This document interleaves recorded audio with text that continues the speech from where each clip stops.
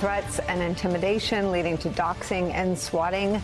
Apparently not enough to satiate Donald Trump and his MAGA acolytes in the wake of their dear leader's conviction on 34 felony counts.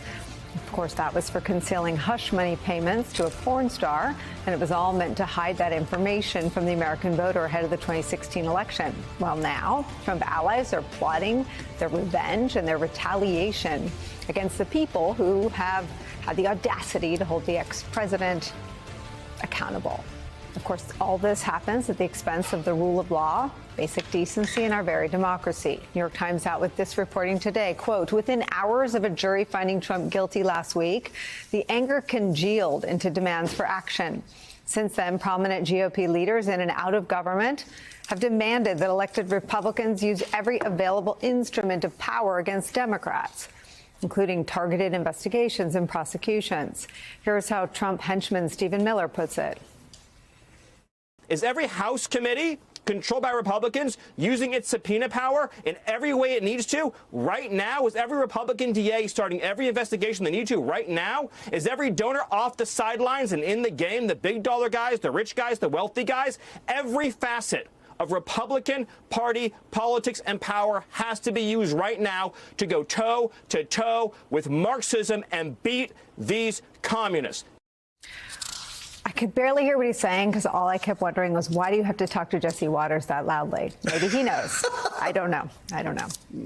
Echoing Miller's tirade, Trump's comrades in arms in the January 6th insurrection, Steve Bannon, who said this to the New York Times, quote, Bannon said in a text message to the Times on Tuesday that now is the moment for obscure Republican prosecutors around the country to make a name for themselves by prosecuting Democrats. There are dozens of ambitious backbencher state attorneys general and district attorneys who need to seize the day and own this moment in history, Bannon wrote. Threats of revenge from Trump and his allies are, of course, nothing new. It's actually the oldest Trump story I've covered. Team Trump has been calling for Hillary Clinton to be investigated and prosecuted for nearly a decade, for a special prosecutor to go after President Joe Biden for years. It's all part and parcel of Trump's brand and of his political movement. It is also now a centerpiece of his 2024 presidential campaign, built around a politician whose instincts are those of a mob boss, not anything resembling a public servant. But the fury in the wake of Trump's criminal conviction is new, and we should pay attention. New York Times writes this, quote, the intensity of anger and open desire for using the criminal justice system against Democrats after the verdict surpasses anything seen before in Trump's tumultuous years in national politics. What's different now is the range of Republicans who are saying retaliation is necessary and who are no longer cloaking their intent with euphemisms. Plans are already being drawn up by the congressional chapter of the Red Tie Brigade. Those are the guys that appeared in court in support of Donald Trump during the trial. As we reported on this program yesterday, Speaker Mike Johnson is planning on punishing DOJ using any tool at his disposal. Jim Jordan is proposing barring federal funds from going to Manhattan DA Alvin Bragg or Fulton County DA Fani Willis. All of it in service of the guy who had the sex with the porn star and paid to cover it up. The disgraced, convicted, twice impeached, 4 times indicted Donald Trump. He's made it crystal clear that this is his vision for revenge. Last night, Trump mused about imprisoning Hillary Clinton and other political enemies. Watch. Wouldn't it be terrible to throw the president's wife and the former Secretary of State? Think of it, the former Secretary of State, but the president's wife into jail. Wouldn't that be a terrible thing? But they want to do it. So, you know, it's a terrible, terrible path that they're leading us to. And it's very possible that it's going to happen to them. Donald Trump and the MAGA movement plotting to take a wrecking ball to what's left of the rule of law in America in the wake of the ex-president being held criminally accountable is where we begin today with some of our favorite reporters and friends. Former RNC spokesman, host of the Bulwark podcast, Tim Miller, is back. Plus, former top official at the Department of Justice, MSNBC legal analyst Andrew Weissman's back with us at the table. Chief political columnist, host of the podcast InPolitic, which I'm going to be on soon, right? At Puck? Hopefully, yes. MSNBC national affairs analyst John Heileman's here, an investigative reporter for the New York Times. MSNBC national security contributor Mike Schmidt is back with us at the table. Mike Schmidt, I remember one of the first times I read about how much Trump was trying to do this as president was a story you wrote about efforts to get Don McGahn to call over to DOJ to get Trump to prosecute. I think it was Hillary Clinton, Jim Comey, and maybe some combination of McCabe or Strzok or others. He was restrained in those years from doing that somewhat. I mean, Durham ended up investigating unnecessarily a bunch of people.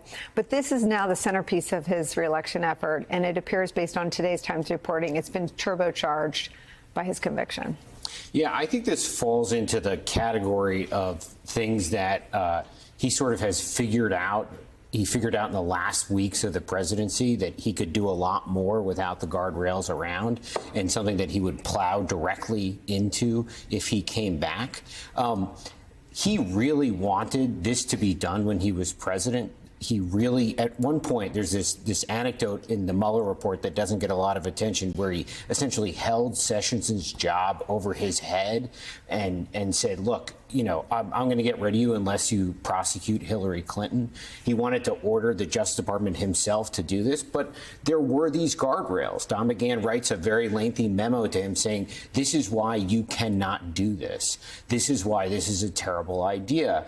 And they're able to contain Trump. And obviously, among many other things, if he were to come back, you know, in the same way that he talks about his use of pardons to free the January 6 rioters, these are things that he would use the government's power proactively to go after his enemies. And I just need to say that's different than obstruction. Obstruction is a serious thing, and it's illegal. But to use all of the powers of the federal government against an enemy would be a new chapter. It's difficult because I think you look at how the presidency ended. It ends with a deadly insurrection where hanging Mike Pence was the insurrectionist self-proclaimed mission statement. And I think there's how much worse could it be than that? But what you're saying is, and I think people sort of sigh when they hear this idea of guardrails, but this was a specific thing he wanted to do from day one. And there were people around that had enough muscle memory of how the institutions of DOJ and the institutions of the White House counsel's office were supposed to function,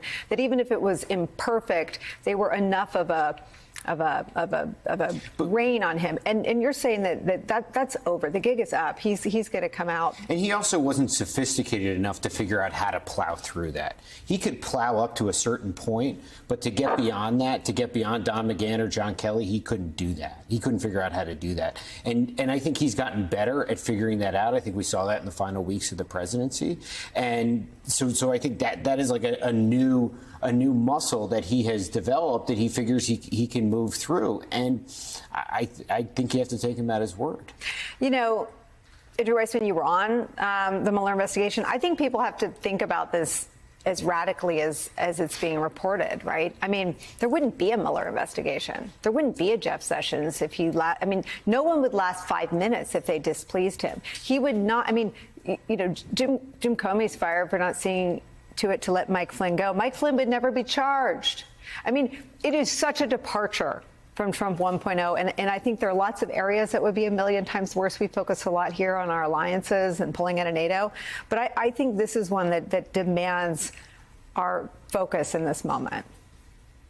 So I think Mike has it completely right that there were people, particularly at the start of the Trump sort of 1.0 administration, that just won't be there. Jeff Sessions, whether you agree or disagree with his political views and what he wanted to do with the department, he understood it needed to be independent. And as we reported in the Mueller report, he himself gave the information about what it was that then President Trump wanted him to do with respect to Hillary Clinton. And at that point, they got rid of him, and Bill Barr was his lackey. And that is what will be the scope of a Trump 2.0. But you don't really have to worry about sort of like what would happen, because you're seeing it right now. In other words, all of the people who know much, much better and are going along with this. I keep on sort of using Senator Collins as an example because she knows damn well that this is fundamentally inconsistent with what it means to be a democracy under the rule of law, and is not saying anything. And that is the road to hell for this country. And it comes with such poor grace at this moment when you have the Department of Justice prosecuting Democrats.